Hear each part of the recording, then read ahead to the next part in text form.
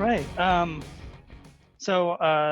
the Meraki dashboard here, I'm actually going to kind of start almost backwards. So oftentimes I find when we deploy for our customers, our clients, that we'll go and set up the administrator's account and we'll invite whoever is applicable. But oftentimes I find that not everyone in the organization gets invited, has the correct rules, has access to what they need to. So kind of want to very briefly kind of touch on administrators. Like I said, for many of your accounts, we either created it, how'd you create it, invite us. But it's amazing how many times like, oh, so-and-so doesn't have access, right? So a little bit of nomenclature before I get into the administrators is we do have a physical network. So that is typically going to be a physical location. If you have a multi-site, each one of those will have its own network with the relative Meraki gear in that location. So nomenclature, there's a network. Then there's an organization. That's actually your company. So these settings here in an organization are going to apply to each individual networks. And then you can kind of do local configuration of the network. So as administration is a global, an organization, again, we get administrators there. So here you can see the many people that we have in our account. And if I sort by last active, here we do find Mr. Graven, February 2020 was the last time you logged on our dashboard. So, so when you add an administrator, again, this could be a coworker, right? We go name, email address. This is where they're going to get their invite to create their dashboard account. From here, we do get to set up the individual access we want, right? So at an organization level, again, this is going to be all of the networks under your organization. So if you're multi-site, that's going to be all of them. Again, if you want to make changes, oftentimes you may full read-only. We often see maybe more of a help desk or someone else that maybe shouldn't be making configuration changes, but can still really benefit from the wealth of information that they would find in the Meraki portal. And then if you want to get more granular, right, this is going to be, again, access to the organization. If you have individuals that should just be accessing individual networks, it's very easy to do there. So I can come in and, I just want this person to have access to my headquarters, and then we can have individual access here. So we have a guest ambassador. If you run a hospitality style environment and you want someone to be able to get people past the splash page, edit a splash page, kick people off the network potentially that are causing abuse, that's kind of the ambassador piece. We do have a monitor. So you'll notice that when you dive into each single section here, you kind of have two sections, right? Monitor and configure, right? Monitor and configure. So monitor only would allow them kind of read only to much more of the kind of information about the actual switches opposed to the actual configuration of the switches. And then lastly, when we have a network, we can come in and again do read only and full. And again, these are going to be network access. So again, just access your physical location. They actually won't have this organization tab at all if you don't give them at least read only or full control. So as you can see, there's a lot here. So as you saw, another great thing about this screen is we can actually see when the last time anybody logged in. Do they have an API key, which again will become relevant on the second half of this training. And then the all-important two-factor authentication. There's a lot of information in this dashboard, and having someone have unauthorized access, again, they can divulge a lot of information, and additionally can cause havoc, right? So we highly recommend that anybody that's going to have any kind of read-write ability to have two-factor on. As you can see, all of our accounts that are just read-only do not have two-factor on. And lastly, you'll notice we do have one account. This is our previous owner who still helps time to time. He has a home office with Meraki. We did not have him touching anything else in our organization. So he was kind of just pigeonholed into his individual network. So while we're in the organization section, I want to kind of touch on overall settings for the organization, right? So these are settings that are going to affect all accounts in the organization, and again, all the networks associated. So first is the security section. So a lot of people don't know that, you can do things like, force people to have password expirations, force them to reuse, unique passwords, right? So you can expire it, but end users just love to set the same password again, right, Ryan? So, it can be useful to say, hey, you can't use the last, 3 or 4 or 5 of those. Again, strong passwords, account lockout. Again, by default, these are all turned off. So again, if we did want to enforce really two-factor everywhere, these are really great options to try and secure access and force good hygiene by our users accessing the portal. Another one is licensing reminders, right? As administrators, we might get the license email saying, hey, my passwords or your license is going to expire in 90 days, 60 days, 30 days. Well, maybe you're not the most appropriate person to get that, right? Maybe that should go to accounts payable, or maybe that should go to a manager or something like that. So this is another great option that I don't find many of our clients using. Is by default, it goes to everybody with full access. So again, if someone has read only, and maybe they should be the IT director that's paying the bills and should know that the license is going to expire soon, another great option there. And then SNMP, again on these, it's more of a, if you're not using it, it should be disabled. So for those uninitiated with four-letter IT acronyms, this is Simple Network Management Protocol, and it allows you to interact with the gear via traditional monitoring software like a SolarWinds or other products like that. Again, if you don't need it, it's just an additional attack surface, so good to disable that. And then lastly, if you want to enable API access, again, we'll touch on this on the second half, but by default, API access is disabled for an organization. So that's something you want to take advantage of. Again, under organization and settings is where we enable the API access to our individual organization.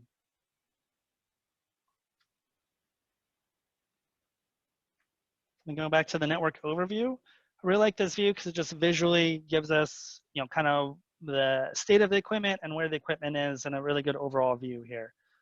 So by default, the number here is the amount of Meraki devices. Green is good, yellow something is in warning, and then red something's down. So again, a great visual view here. And I can just click on one of these circles and it's going to drill down into the individual physical locations. You can see our main office here and then a few home offices. Other great information here is, again, get network name, usage, clients, and tags. So tags are one of the things I see that are really underutilized. So tags really allow us to drill down on things more specifically, right? So from this view, if I just wanted to see the home offices, I can actually go tag home office, right? And then it's going to drill down into those individual home offices. This is also used for reporting. So when we look at the summary report, which I'll touch on later, we can drill down and do that based on tags.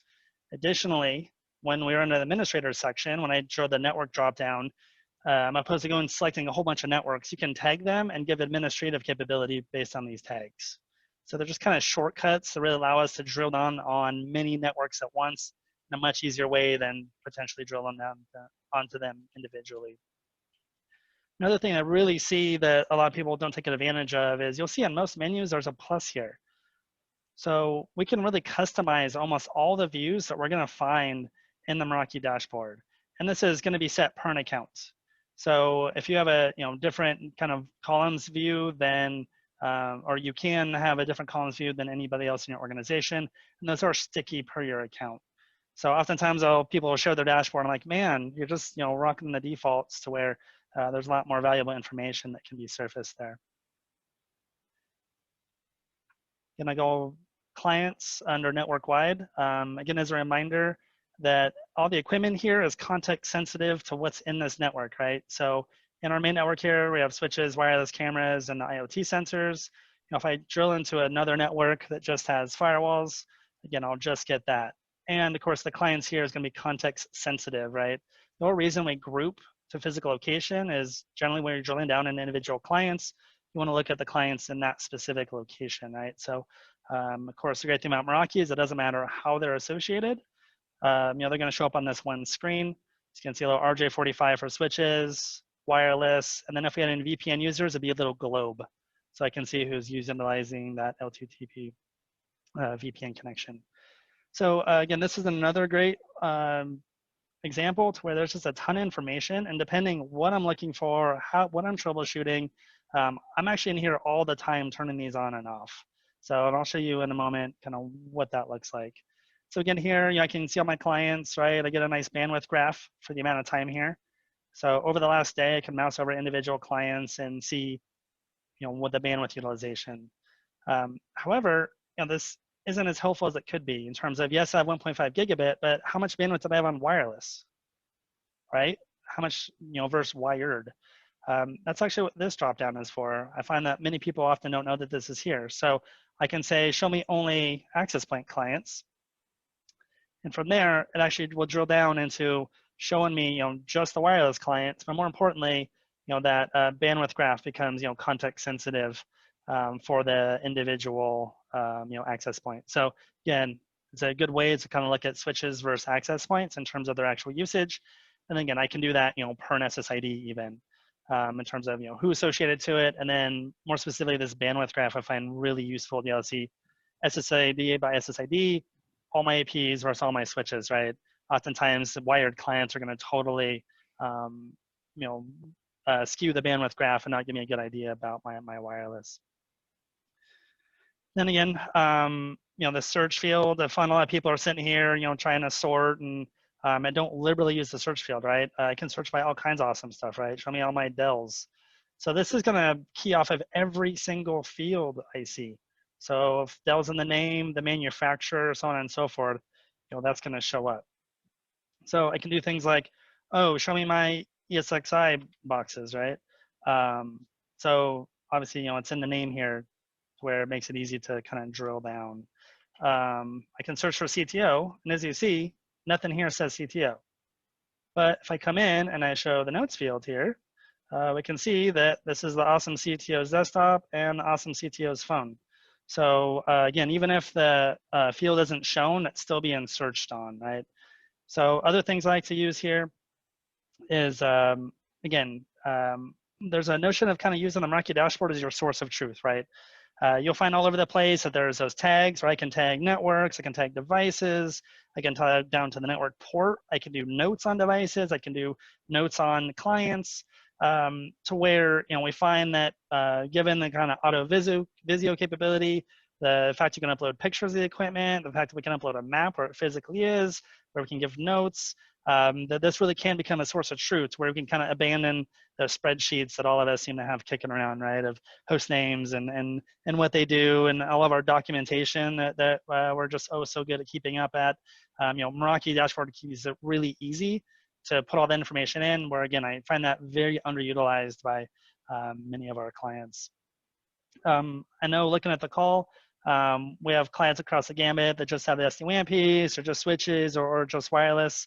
If you are wireless, there are a few fields that I really like to show here. So if I click off notes, and these are actually fairly new features. So if you haven't looked in a while, we get the onboarding experience for each client, right? We can mess with a little eye here, and it's going to tell us, how successful or where they were onboarding, and then ongoing performance. So there's been a lot of capabilities added in the latest 2.7 firmware in terms of kind of wireless health and troubleshooting capability. This is definitely one of them that I love, right? So again, that's just the onboarding and performance capability there. OS, I don't know how many of you guys have that enabled. I believe it's part of the defaults, and you'll notice that it's generally always wrong. It is generally always wrong because fingerprinting an OS based on network traffic can be difficult.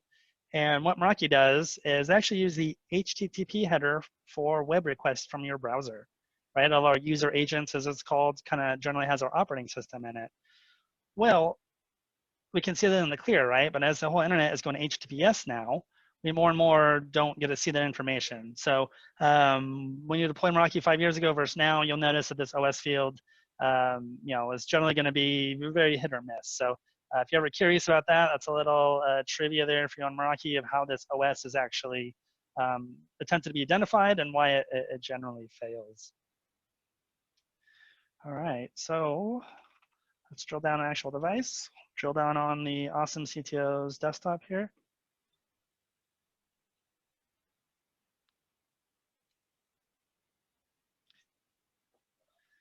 All right, so again, we got a client name by default. This is their host name, AKA their computer name, right? So their device name or host name. So another area, I often see our clients don't take advantage of the fact that we give these friendly names, right? In most of our enterprise style environments, clients are fairly stagnant. Obviously, if you're in a hospitality or a guest network, it's gonna be completely different, but I find it extremely helpful to give, friendly, easy names to our endpoints, especially if any, help desk or end user support in our environment wants to be able to easily find people, right? Drill down in their names, right? I could type Jeremy, or again, If you want something to be a little more descriptive, we can do that in the notes. And as I showed you on the clients page, it's, you know, the notes are even searchable. So I don't think I've seen a single client ever use notes, and I find them, you know, extremely helpful. Again, kind of in the name of that, you know, being able to search it via the clients page is really powerful. Another thing that I always demo, and if you guys have ever attended my demos, you'll notice I always kind of drill down on applications per client, right? I find this extremely powerful. You know, might get some of this information from a firewall or when you traverse a layer 3 boundary, but even Meraki on layer 2 switches, call this east-west traffic. If you have two clients on the same switch, oftentimes they don't navigate a VLAN or a routed boundary to where you don't get that information. But here, you know, this is me talking to a server on the LAN where I get that information. By default, this is not enabled. And I can't tell you how many times that clients have invited me to the dashboard. I'm like, man, you don't have the you know, detailed applications enabled. Could be a privacy risk. You know, might potentially get in a hospitality environment. You might not want to know where some of these clients are going. But generally, you find an enterprise environment. This is a huge piece of Meraki, another troubleshooting piece that that a lot of clients don't take advantage of purely because it's not enabled. So let me show you where to do that. So under network-wide, just like organization, right, we have general settings, and this applies to all the devices in this network, right? So it could be wireless, switches, firewalls. So here, first thing, again, we got our awesome notes again. So if you have a whole bunch of networks and you want to, you know, put specific information about the network, it's a great place to put it. This information is actually searchable up here. So I don't know if anybody's used the dashboard up there. I oftentimes use that to find KB articles. It's kind of the easiest, quickest way to find, you know, support documents. But it can also search these. So again, another way, if you have a, if your networks list is very long, again, it's an easy way to kind of search into things and find them there. Traffic analysis. So this is the field there that gives me all the application information per client, right? So generally is basic, which on the client screen, you know, gives me the applications for the whole network. If you want to even disable that, you can set this to disabled. But when we talk about basic, you know, this is what we get. And then once we go into the detailed, that's when we get it, you know, actual down to the host name per a client. So again, I find that hugely valuable. That's one of the big things I demo. Just out of the box, that's not enabled. And I see that many of our clients do not enable it. So again, another kind of great tip there. Other things I see oftentimes is there is a local status page. I don't know if anybody's had to use this before, but you know, I can go to switch.meraki.com and it gives me the status page of the upstream client. The great thing about this is it actually gives me the client IP address. So if anybody's had to say, oh, hey, can you go to the command line and type ipconfig or anything like that, that is available by the status page. So if they're a wired client, they can go switch.meraki.com. And again, they get a bunch of great info, what VLAN they're on, what port they're on. And again, I wouldn't expect an end user to care or want to see this, but it is a great thing in terms of that troubleshooting. If you're on a wireless, you can actually type any.meraki.com and it'll give you your signal strength, your channel, your VLAN. So again, I find that a lot of people don't use the local status page. And of course, if you do need to make any changes, you can do that, you know, via these different tabs. By default, that password is the serial number of the device. Well, if you're multi-site, good chance you don't have eyes on the serial of that device, right? So if you're ever on site trying to troubleshoot. So another thing I oftentimes see our clients do is you can actually overwrite that, you know, fairly unusable serial number to actual credentials, especially when, you know, things hit the fan, you know, internet's down, you can't get to the dashboard, whatever the case may be. You know, having these set credentials to where just in a pinch you can go in and modify things, I find to be extremely helpful. Also by default, you have to kind of use these you know, DNS names to get to equipment. Again, if you're in a pinch, things are down, things aren't working, it's very helpful to get to them by the IP address of the device. By default, that is disabled. So again, another great thing to enable, you know, that isn't set in the defaults. Again, more on the prepping of if there ever is an issue there. All right.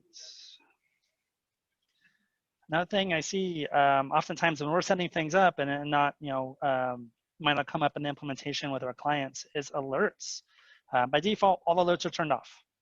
So finally, these are obviously be super powerful, especially if you are displacing a network monitoring service. And SolarWinds is kind of the most infamous for several reasons.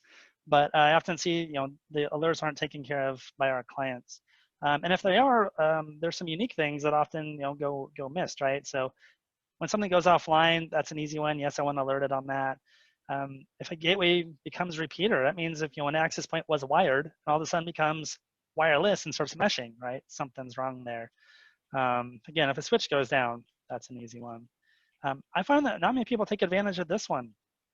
So you can say when a port goes down, right? So I tag the ports of all of our EXI hosts, our VMware infrastructure. That should just always be on, right? There should never be a point in time to where my hypervisor network port goes down. And this would be the same for an Active Directory or your main business machine, whatever it is, right? You probably have that one server or many servers in your environment. This should just be up all the time. And if they lose Ethernet link, something's wrong, right? NIC card failed, machine failed, whatever the case may be. So you'll see though that I can only choose one of those. So again, this is where tagging comes in. I went in and tagged all the ports with this ESXi tag. So you could have a tag that's like important servers, right? You could go to actually each network switch, tag that port, and then in one swoop here, all my important servers, I can get a notification on. I do have some beta features turned on here because we're Meraki partners. A little sneak peek here is that there's actually some smart thresholds that they're adding that if wireless clients are actually having issues, you can get notifications, and those will be coming down the pipe here when that hits general availability. As we hit the end here, another great kind of source of truth that I find that many of our clients do not take advantage of is the network or the actual physical map. So Meraki does give you the capability, again, especially important if you're multi-site, to upload a floor plan and place the devices on the floor plan. Again, if you ever need remote hands or an AP goes down, you're like, where is that AP, right? Again, you're going to go to your trusty, Excel spreadsheet, or maybe dig up the diagram from when this was first deployed. To where, if you do this on deployment, it becomes a lot easier to physically see where things are. Another kind of tip here is that these little marker numbers, you can actually change those, right? I can go device name, device type, the current clients for the last day, and then even usage. So again, if you have a large organization with access points and switches everywhere, you might be like, how much is that actually being used, right? To where this very quickly lets you solve that. And again, a great troubleshooting step there. Again, with that whole kind of source of truth between tags and notes and placing them on the map, another kind of great capability that Meraki gives you is to be able to upload a photo, right? So again, especially if you're working with remote hands, right? Hey, can you go to the workbench switch and what exactly does that look like? So there's an awesome Meraki app for iOS and Android, and it makes it very easy to take the picture there, right? So hey, as you install it, launch your Meraki app, camera, click, associated device, move on with the day, right? Well, no, once we deploy it, the chance of us going back and taking care of that might not be the highest priority. So again, another great reason that we can just kind of put all of our information at the dashboard and just really make that troubleshooting kind of after the fact. And again, that kind of day two, dealing with Meraki, of course, day two could be day 400. And, when you installed it, maybe a little fuzzy on things. And it's a great reminder to come back here and say, oh yeah, it's the switch in the burn-in area. And, here's an actual picture of it, and I know where it is on the map. Ryan, that is by half hour.